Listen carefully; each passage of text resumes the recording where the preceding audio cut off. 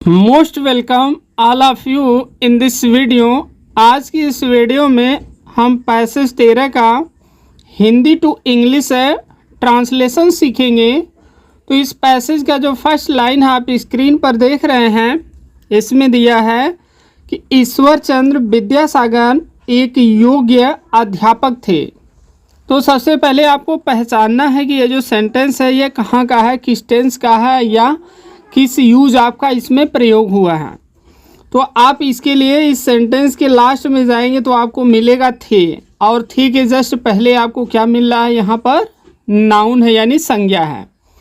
तो यहाँ थे आया है तो ये क्या है, सिंपल है, वाज वर्ब का प्रयोग है।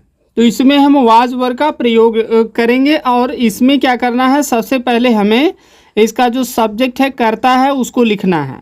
तो इसमें किसकी बात हो रही है, ईश्वर चंद्र विद्यासागर की बात हो रही है। तो सबसे पहले इसे हम क्या करेंगे, लिखेंगे। तो सबसे पहले देखिए हम इनका क्या कर रहे हैं, जो नाम है उसको लिखेंगे। तो फर्स्ट लेटर कैपिटल से रहेगा, हम लिखेंगे ईश्वर, और ये जो चंद्र है ये अलग है तो इसको हम फिर से अलग से लिखेंगे, ईश्वर चंद्र हो जाएगा। और फिर क्या लिखना है, विद्यासागर, VIDYA, और उसके बाद क्या करेंगे, इसमें सागर जोड़ देंगे। अब कर्ता हो गया ईश्वर चंद्र विद्यासागर, ये एक ही व्यक्ति हैं। तो एक व्यक्ति हैं यानी जो कर्ता है वो क्या है, सिंगुलर है यानी एक वचन है। तो इसलिए हम क्या करेंगे, यहाँ थे की अंग्रेजी या तो वाज होगी या तो वर होगी। तो जब एक वचन करता रहेगा तो उसके लिए हम वाज का प्रयोग करेंगे, लेकिन अगर बहुवचन करता है तो उसके साथ वर का प्रयोग करेंगे। तो यहाँ एक वचन करता है इसलिए हम क्या लिखेंगे, वाज लिखेंगे। उसके बाद क्या लिखेंगे, एक योग्य अध्यापक थे। अध्यापक जुड़ा है योग से, योग जुड़ा है एक से। तो सबसे पहले एक की अंग्रेजी हो जाएगी ए, और योग्य, योग्य का होता है वर्दी, WORTHY, वर्दी में होता है योग्य, जो क्या हो, निपुण हो, एक्सपर्ट हो, ठीक है, या दक्ष हो। तो वर्दी हो जाएगा। और अध्यापक का लिख देंगे टीचर, TEACHER, फुल स्टॉप हो जाएगा। ईश्वर चंद्र विद्यासागर वाज ए वर्दी टीचर, वह एक योग्य अध्यापक थे, निपुण अध्यापक थे, दक्ष थे, या कि बहुत ही टैलेंटेड थे। अब अगला जो सेंटेंस इसमें दिया है कि कई विद्यार्थी उनके पास पढ़ने आते थे। यहाँ भी हमें क्या करना है, इसे पहचानना है कि ये कहाँ का यूज ऑफ है। तो ये भी सिंपल आप देख रहे हैं, यहाँ ये भी क्या है, किसका यूज ऑफ है, पढ़ने आते थे। तो आते थे तो आपको बताएं कि ता, था, ती, थी, ते, थे, ये किसका पहचान है, ये सिंपल है, पास्ट टेंस का पहचान है। या आप इसमें किसका प्रयोग कर सकते हैं, जो पास्ट इंडेफिनिट टेंस है तो इसके रूल में हो जाएगा सब्जेक्ट और वर्ब का सेकेंड फॉर्म, और उसके बाद क्या लिखेंगे, ऑब्जेक्ट, यही यहाँ रूल लगेगा। तो इसमें हमें क्या करना है, सबसे पहले इसका सब्जेक्ट यानी कर्ता लिखना, वो हो जाएगा कई विद्यार्थी। तो कई विद्यार्थी, कई का होता है मेनी, मीन्स होता है अनेक, और विद्यार्थी का हम लिख देंगे स्टूडेंट्स। मैंने मीन्स अनेक, स्टूडेंट्स में से जो विद्यार्थी हैं। अब आते थे तो आना का सेकेंड फॉर्म लिखेंगे कम, केम कम होता है तो कम, और सेकेंड फॉर्म हो जाएगा केम। वो क्या करते थे, आते थे। कहाँ आते थे, उनके पास आते थे। केम वो आते थे, उनके पास आते थे। तो यहाँ उनके की अंग्रेजी हम क्या लिखेंगे, हिम लिखेंगे। तो केम टू हिम, ऑब्जेक्ट के पहले क्या लगाएंगे, टू लगाएंगे। केम टू हिम, उनके पास आते थे। अब देखिए उनके का यहाँ दियर नहीं लगेगा, ठीक है, क्योंकि यह उनके किसके लिए आया है, ईश्वर चंद्र विद्यासागर के लिए आया है, यानी ये एक वचन है, सिंगुलर है, तो यहाँ ही का प्रयोग होगा। तो यह हम ऑब्जेक्ट के रूप में लिख रहे हैं, इसलिए यहाँ क्या लिखेंगे, हिम लिखेंगे। केम टू हिम, उनके पास आते थे, किस लिए आते थे, पढ़ने के लिए आते थे। तो यह भी वर्ब है तो इसके पहले टू का प्रयोग करेंगे, इन्फिनेटिव हो जाएगा। तो हो जाएगा टू STUDY, यानी अध्ययन करने के लिए या पढ़ने के लिए आते थे। तो हो जाएगा many students came to him, अनेक जो विद्यार्थी थे उनके पास किस लिए आते थे, टू STD में होता है पढ़ने के लिए आते थे। अगला जो वाक्य इसमें दिया है कि एक वृद्ध पुरुष उनके पास पढ़ने आया। एक जो वृद्ध पुरुष था वो उनके पास पढ़ने आया। देखिए पढ़ने आया यानी आया था, यहाँ भी पास्ट टेंस की बात हो रही है, तो यहाँ भी सेम वही रूल लगेगा। सबसे पहले सब्जेक्ट लिखेंगे, वर्ब का सेकेंड फॉर्म, उसके बाद ऑब्जेक्ट यानी पास्ट इंडेफिनिट टेंस का रूल लगेगा। इसमें कर्ता लिखेंगे एक वृद्ध पुरुष, ये इसका कर्ता हो जाएगा। तो एक वृद्ध पुरुष, यहाँ एक का, यहाँ देखिए वृद्ध का ओल्ड लिखेंगे तो इसके पहले एन का प्रयोग करेंगे, एन ओल्ड, और पुरुष के लिए क्या लगाएंगे, मैन लगा दीजिए, एन ओल्ड मैन। फिर देखिए आया, तो आया के लिए सेकेंड फॉर्म वही हो जाएगा केम, एन ओल्ड मैन केम, यानी एक जो बूढ़ा व्यक्ति था केम, वो क्या किया, आया। कहाँ पर आया, उनके पास आया, तो यहाँ भी उनके का हम क्या लगाएंगे, हिम लगाएंगे, तो केम टू हिम, उनके पास आया। किस लिए आया, पढ़ने के लिए आया, तो हम यहाँ पर क्या लिख सकते हैं, टू रीड, है ना। लेकिन सबसे अच्छा आप यहाँ रीड न लिख करके क्या लिखिए, STUDY, है ना। रीड का प्रयोग हम नॉर्मल सेंस में करते हैं, जबकि अध्ययन करने के सेंस में हम किसका प्रयोग करेंगे, STD का प्रयोग करेंगे।